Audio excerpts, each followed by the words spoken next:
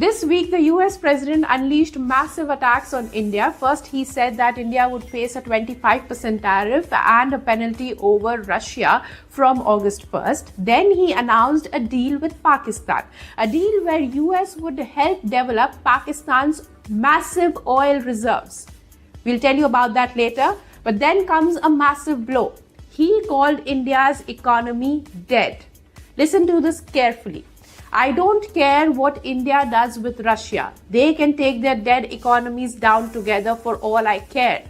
We have done very little business with India. Their tariffs are too high, among the highest in the world. This was the statement from the US president. So first, let's give Trump a reality check and then let's talk about the tariffs. Let's talk numbers, which Trump might not understand, because when he was asked about calculation on tariff rates, he said it was based on common sense and then released a complex formula that even he would not understand. Coming back to the point, here's why India is not a dead economy.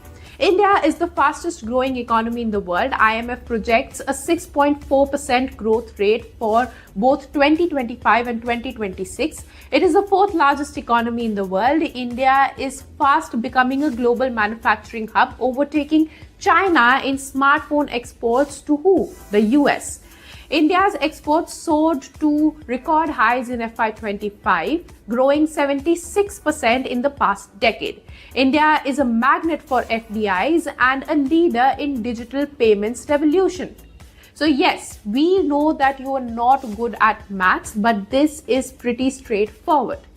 Now coming to India's relations with Russia. More than a third of India's total oil imports have come from the OPEC Plus producer, up from earlier's 1% before the war. Here's how this happened. India's purchases of Russian crude climbed to their highest levels in nearly a year in June. This came as domestic refiners built up stocks amid rising tensions in West Asia due to the Israel-Iran conflict, when the prices hit record highs. As per some reports, India imported 2.08 million barrels per day of Russian crude in June, the highest volume since July 2024, and all this to protect the economy from inflation that the world witnessed during these wars. But here's the reality check once again.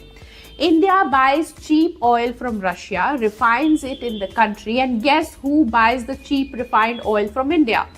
The Europe, US and others. In fact, Netherlands is one of the largest buyers of India's refined oil that is originally from Russia.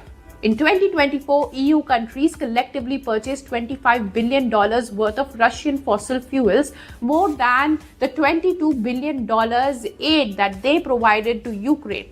But they get a 15% tariff and no penalty because they are Europe and have decided to invest $600 billion in the US while India foots the bill. How is that fair? It's a classic case of weaponizing tariffs and bullying, and India will not take it anymore.